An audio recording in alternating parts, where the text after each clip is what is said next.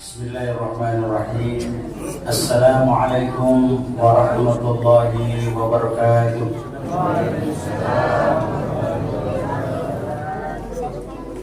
Alhamdulillahirabbil alamin. Wassalatu wassalamu ala Rasulillah wa hasbunallahu wa ni'mal wakeel. Wa la haula wa la quwwata illa billah. Allahumma aftah lana hikmataka wa ansur alaina rahmataka min khazaini rahmatika ya arhamar rahimin. Amma ba'd.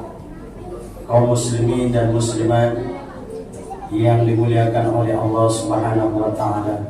Temanya malam ini saya disuruh bicara tentang mempersiapkan diri untuk Idul Fitri. Ini biasanya kalau orang Indonesia ini simpel. Yang penting bagaimana bisa berkumpul, ada THR, ada baju baru, aman, besok bisa Idul Fitri. Itu orang Indonesia begitu. Tapi saya ingin memberikan pengantarnya begitu. Pernahkah kita membayangkan bahwa sesungguhnya Ramadan ini adalah hadiah terbesar Allah kepada umat Nabi Muhammad SAW. Allah memberikan hadiah yang begitu besar kepada kita, dan itu sebuah kecelakaan yang sangat besar kalau kita diberikan hadiah kita tidak mengambil hadiah. Apa hadiah terbesarnya? Banyak, saya hanya menyebutkan beberapa saja. Yang pertama adalah bulan suci Ramadan ini adalah penghapusan dosa, pengampunan dosa yang luar biasa.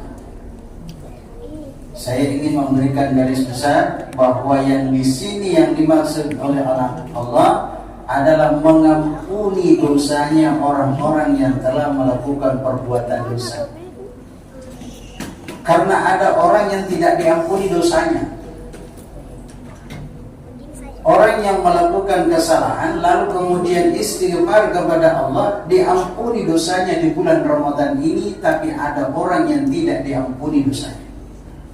Siapa dia? Siapa yang tidak diampuni dosanya? Bu, tahu siapa orang yang tidak diampuni dosanya? Orang yang tidak diampuni dosanya oleh Allah itu adalah orang yang sabar.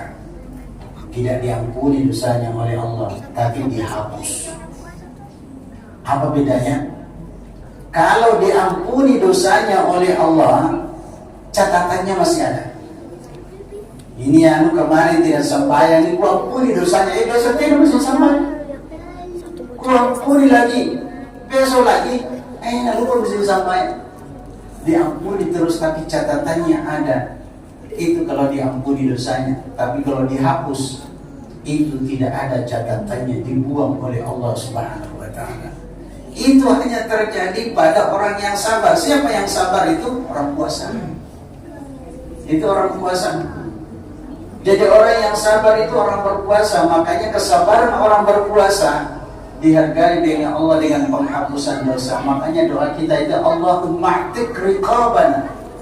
Ya Allah, hapus itu keluarga saya dari api neraka. Hapus keluarga saya dan orang-orang yang soleh. Hapus ya Allah. Kenapa? Karena kalau itu masih ada, berarti masih setiap saat kita terancam. Nah, ini hadiah yang Allah berikan pada kita. Kalau kita lihat konstruksi dari hadisnya, Nabi mengatakan, "Man shama Ramadhana imanan wa ihtisaban ghufira lahu ma taqaddama min dzambi." Siapa yang berpuasa di bulan Ramadan dengan niat mencari ridha Allah, dosanya akan diampuni. Lanjutannya, kharaja min dzunubihi kayaumin waladatuhu ummuh. Orang yang berpuasa di bulan suci Ramadan dengan niat mencari keridhaan Allah, maka saudara keluar dari Ramadan seperti bayi yang baru lahir dari rahim ibunya.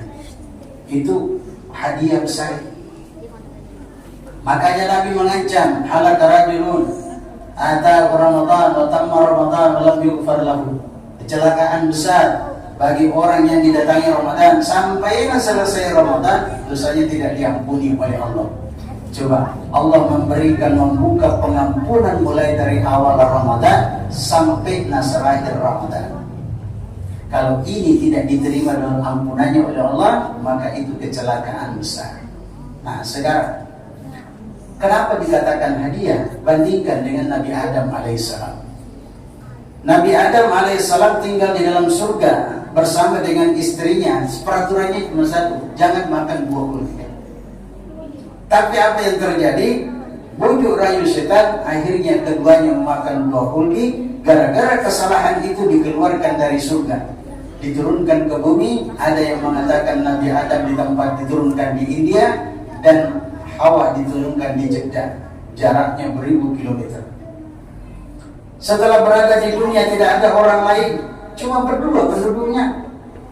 Mau tanya siapa? Akhirnya Nabi Adam mengakui kesalahannya, betapa susahnya tidak punya istri. Mau bertanya di mana tidak tahu. Akhirnya Nabi Adam sepanjang malam itu berdoa pada Allah, taubat kepada Allah, mengakui kesalahannya di hadapan Allah. Itu dilakukan setiap saat, siang dan malam, siang dan seterusnya. Tapi selama 40 tahun Nabi Adam dicueki oleh Allah. 40 tahun sujud terus Nabi Adam, tapi 40 tahun itu tidak digubris oleh Allah. Sampai akhirnya fatalaqqa Adam min rabbih kalimatin fataba alaihi. Allah mengirim Jibril. Nabi Adam itu menerima beberapa kalimat dari Tuhannya, dan dari kalimat itu taubatnya diterima oleh Allah Subhanahu wa taala. Jadi Allah mengajari caranya taubat. Apa redaksinya? Rabbana innana zalamna anfusana wa illam taghfir lana wa tarhamna lanakunanna minal khasirin. Rabbana innana zalamna anfusana, wahai Tuhan kami telah menzalimi diri kami sendiri. Wa illam taghfir lana, kalau kamu tidak mengampuni kami dan menyayangi kami, lanakunanna minal khasirin, maka kami akan menjadi orang-orang yang merugi. Sudah dikasih caranya, Pak. Ini dibaca oleh Nabi Adam 40 tahun lagi baru diterima tobatnya oleh Allah. Jadi Nabi Adam itu mulai dari berusaha sampai tobat itu butuh waktu 80 tahun baru tobatnya diterima oleh Allah. Hadiahnya setelah tobat dipertemukan istrinya di Jabal Rahmah. Itu 80 tahun. Nah kita 1 bulan diubar. Tobat, coba aku terima kalau mau. Nah itu juga belum diterima tobatnya. La ilaha illallah, tali-waliwah jadi orang. Oleh karena itu Ramadan ini intinya adalah pensucian diri. Orang-orang yang sabar itu diberikan derajat yang tinggi oleh Allah. Makanya orang yang berpuasa itu termasuk orang yang sabar.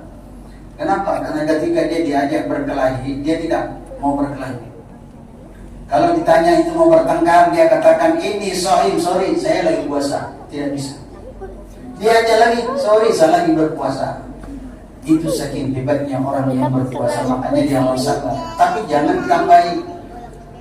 Diajak berkelahi, sorry ya, saya tidak mau berpuasa, saya tidak mau bertengkar, saya lagi puasa. Tapi kalau mungkin bertengkar sudah dibuka. Itu berarti tidak sabar. Sabar itu ya selama Ramadan itu sabar. Makanya derajatnya tinggi. Dosa apa yang diampuni oleh Allah? Dosa yang diampuni oleh Allah adalah dosa kita kepada Allah. Itu yang diampuni. Tidak melaksanakan sholat, diampuni dosanya oleh Allah. Terlalu banyak kalanya, yang penting bayar, diampuni oleh Allah. Banyak bohongnya sama istri, diampuni oleh Allah. Tapi kalau istri ambil uang dompet, tidak bisa diampuni oleh Allah, kecuali bilang sama suamimu, Pak, ambil kita di 100.000. Itu yang diampuni oleh Allah.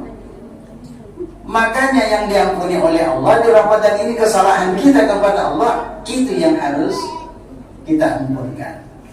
Tapi ada dosa disandarkan kepada manusia, inilah yang berkaitan dengan keluarga. Dari kalau tadi temanya adalah momentum menghadapi Hari Raya Idul Fitri, ini yang harus kita lakukan.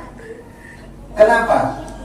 Karena setelah selesai Hari Raya Idul Fitri, itu Nabi tiba-tiba mengucapkan amin 3 kali. Amin, amin, amin, amin.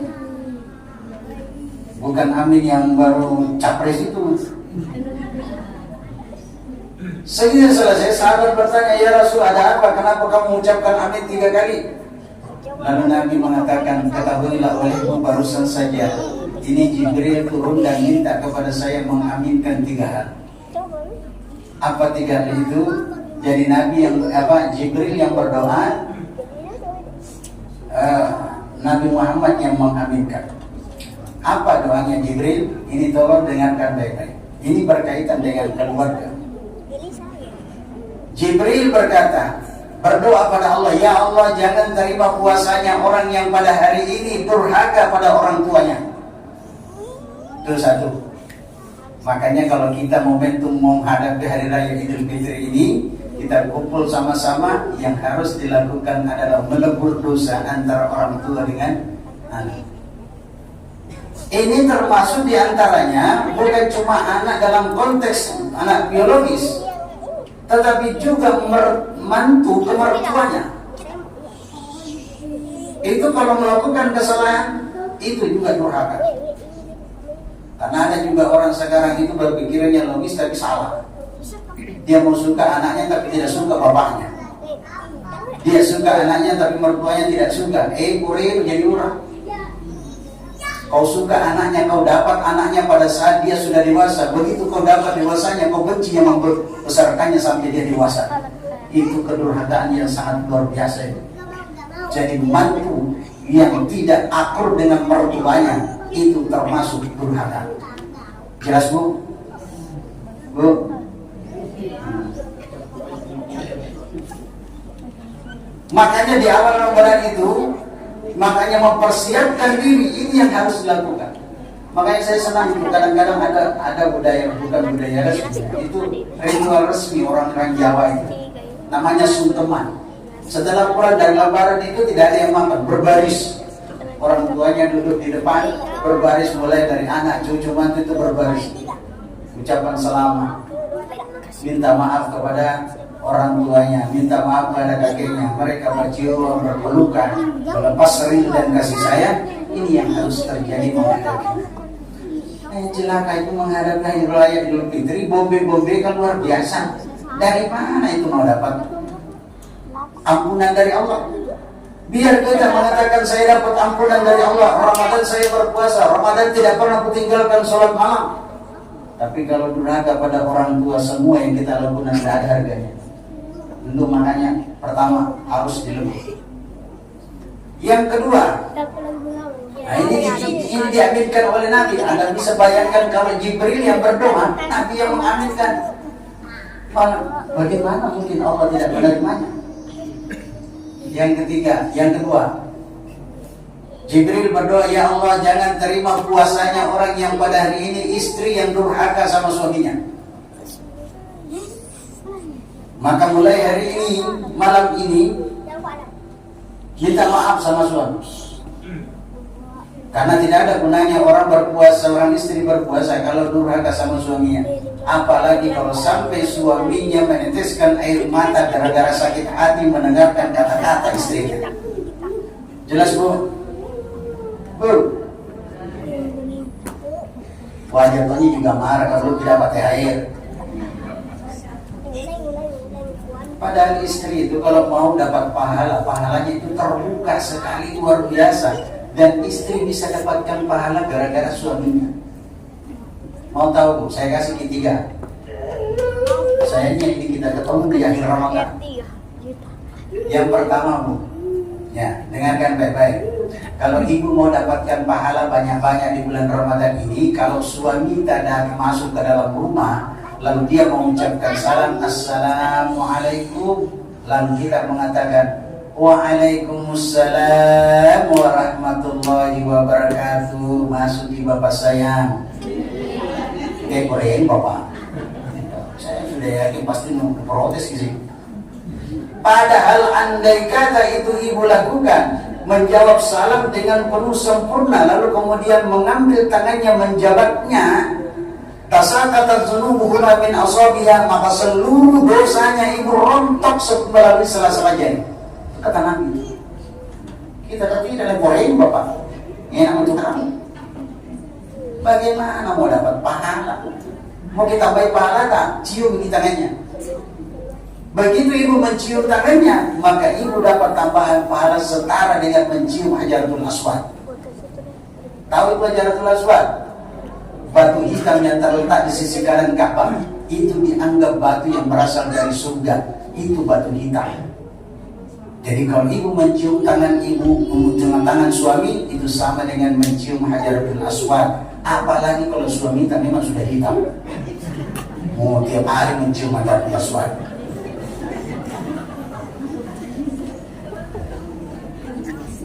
Mau kita tambahin?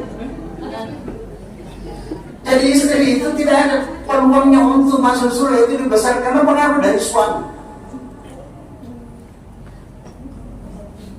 Kalau misalnya ibu menerima uang belanja dari suami kita, lalu ibu mengatakan terima kasih banyak bapak ganteng, dedek, bisa bilang, maka dapat pahala setara dengan menghatamkan Al-Quran. Jadi ucapan terima kasih seorang istri kepada suaminya itu setara dengan khatam Al-Quran. Jadi kalau di bulan Ramadan ini kutuna luar biasa baca Quran, perbanyak saja ucapkan terima kasih. Bapak ada wantali marim, ada terima kasih banyak bapak sayang. Ya, besok lagi ada lagi pak. Itu saya terus ucapan terima kasih. Nah ini sekarang tali balik 3 segi 2 juta dan bilang bapak untuk jadi malah barang orang semua barang-barang. Nah dia pikir kok bapak di mana simpang utang. Nah ilaha illallah. Bagaimana kau mau dapat pahala tak masih? Nanti lagi dapat tambah satu lagi. Barang siapa istri mencuci pakaian dalam suaminya, mulai dari pakaian dalam, celana dalam dan seterusnya yang dalam-dalam, itu pahalanya Allah berikan 1000 kebaikan. Jadi kalau malam ini ibu mencuci pakaian dalam suami, cuci pakaian dalamnya, celana dalamnya, maka ibu mencapai 1000 kebaikan. Nah kalau 30 celana dalam ini malam kita cuci, apa tidak takut? Kalau ini namanya makanya kalau pulang langsung memang berarti pak mana celana dalam, masih kepakai lah bukan nih. Mau kita apa 1000 kebaikan. Jadi tidak ada alasan bagi seorang istri untuk masuk dalam neraka karena seluruh pintu-pintu kebaikan itu dibuka oleh Allah, apalagi di Ramadan. Makanya kalau kita mau berkumpul di sini, berkumpul dalam satu keluarga momentum menghadapi bulan suci Ramadan, ini yang harus diselesaikan Pak. Tidak ada gunanya puasa aku yang lalu 29 hari yang lalu kalau kita tidak maafkan saya. Hari malam ini Pak, saya minta maaf padamu. Maka ketika suami reda dan memberikan maaf kepada sang istri, maka besoknya Allah mengatakan suruh dia pulang ke rumahnya, semua dosanya sudah kuampuni. Nah itu jelas. Yang ketiga, ini selalu tunjuk ini. Tapi ada kan dengar kemudian selalu Ustaz, yang nanya malam terakhir ini. Terus yang ketiga, Jibril berdoa, jangan terima puasanya orang yang pada hari ini dia memutuskan tali silaturahim. Jadi kalau ada berbeda hari ini, selesaikan memang sebelum hari raya Idul Fitri. Sakit sekali hati Ustaz, mana lagi sakit sekali.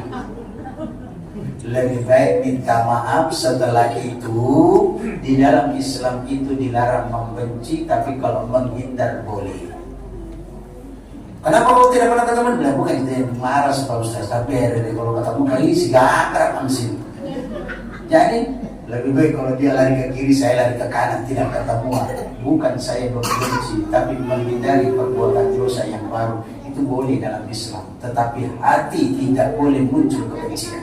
Kapan muncul kebencian, maka itu dicatat oleh Allah sebagai sebuah dosa. Jangan terlalu bangga dengan perbuatan amal kita. Amal yang kita perbuat selama ini itu tidak menjamin kita masuk surga. Tidak menjamin. Kenapa bisa? Itu nanti di akhirat ada orang menghadap Allah dengan membawa catatan amal yang lengkap. Saking banyaknya amalnya, begitu dinaikkan di timbangan, timpang itu timbangan. Lalu Allah mengatakan, kau mau masuk surga dengan amal ibadah yang kau bawa itu? Benar ya Allah, saya ingin masuk surga dengan amalku, bukan dengan kasih sayangmu. Kau serius? Serius ya Allah? Akhirnya Allah mengatakan, baiklah, mari kita lihat seberapa besar amal yang kau bawa. Berapa lama kau hidup di dunia? 63 tahun ya Allah. Selama kau hidup, kau berikan sepasang mata, kiri dan kanan. Mata ini kau pergunakan kemana-mana. Mata ini kau bisa menikmati indahnya dunia. Dan saya tidak pernah meminta kepadamu untuk mengembalikan mata yang kau berikan padamu. Sekarang mari kita lihat, mana lebih besar amalmu dan daripada kasih sayangku. Malaikat cungkil satu matanya. Dicungkil satu matanya, dinaikkan di atas timbangan. Ternyata satu biji mata masih jauh lebih berat dibandingkan seluruh amal ibadah yang dia kerjakan. Itu. Jadi jangan terlalu bangga. Yang kita butuhkan adalah ridhonya Allah. Makanya di bulan Ramadan ini, nas'aluka ridhoka wal jannah. Ridhonya yang kita mau. Karena itu yang membuat kita masuk surga. Jadi jangan terlalu bangga dengan amal. Banggalah dengan keridhaan Allah Subhanahu wa ta'ala. Dan yang terakhir, perbaiki hubungan kita kepada sesama manusia. Kenapa? Karena dosa yang kita perbuat kepada sesama manusia tidak terampuni di dunia ini, maka di akhirat jadi utang. Nabi mengatakan, atadruna manil muflis, kau tahu orang yang paling bangkrut? Sahabat mengatakan, al-muflisu bina ya Rasulullah man laysa lahu dirhaman wala malan.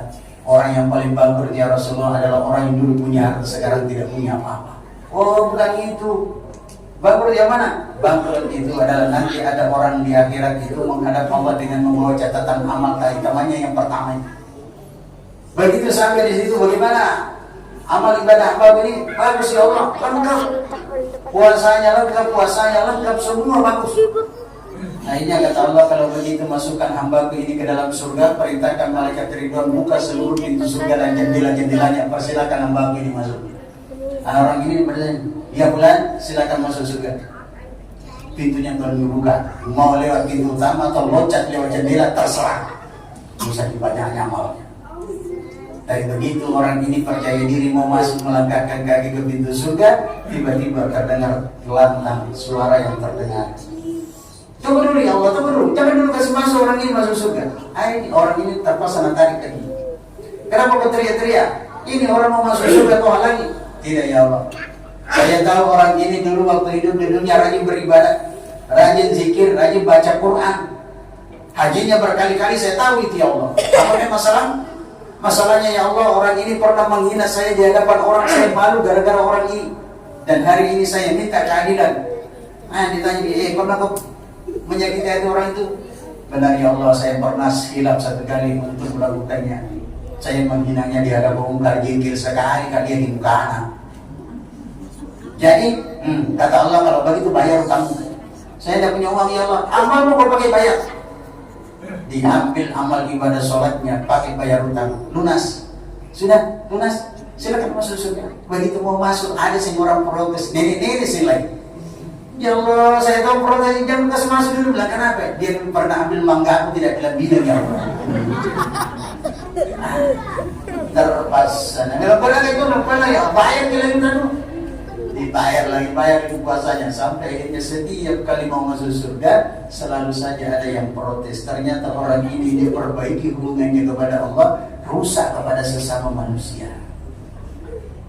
Akhirnya apa yang terjadi? Setiap kali mau masuk surga selalu ada orang yang protes. Saking banyaknya orang yang protes sampai akhirnya kata Allah bertengkar di malaikat. Malaikat penjaga surga mengatakan orang ini boleh tinggal ke dalam surga karena tidak ada dosanya. Tapi malaikat penjaga neraka tidak, dia harus tinggal di neraka karena tidak ada kebaikannya. Ternyata ini orang tidak ada kebaikannya, tidak ada juga dosanya. Anjum ini kan kosong-kosong. Nah, di mana mau disimpan? Tidak ada antara surga dan neraka. Terpaksa menghadap Allah Subhanahu wa taala. Ya Allah, di mana harus simpan hamba ini? Kenapa kita hamba itu? Dan tidak ada dosanya, tidak ada juga kebaikannya ya Allah. Lihat kasih sayang Allah dalam kondisi kritis seperti itu. Allah masih tahu memberikan kasih sayang. Kalau begitu masukkan saja hamba-Ku ini ke dalam surga dengan kasih sayangku. Letakkan dia di surga yang paling rendah. Tidak apa-apa Ibu Dik? Bu, surga yang paling rendah. Tidak apa-apa Ibu? Atau kita mau pilih ya surga kelas ekonomi atau neraka VIP?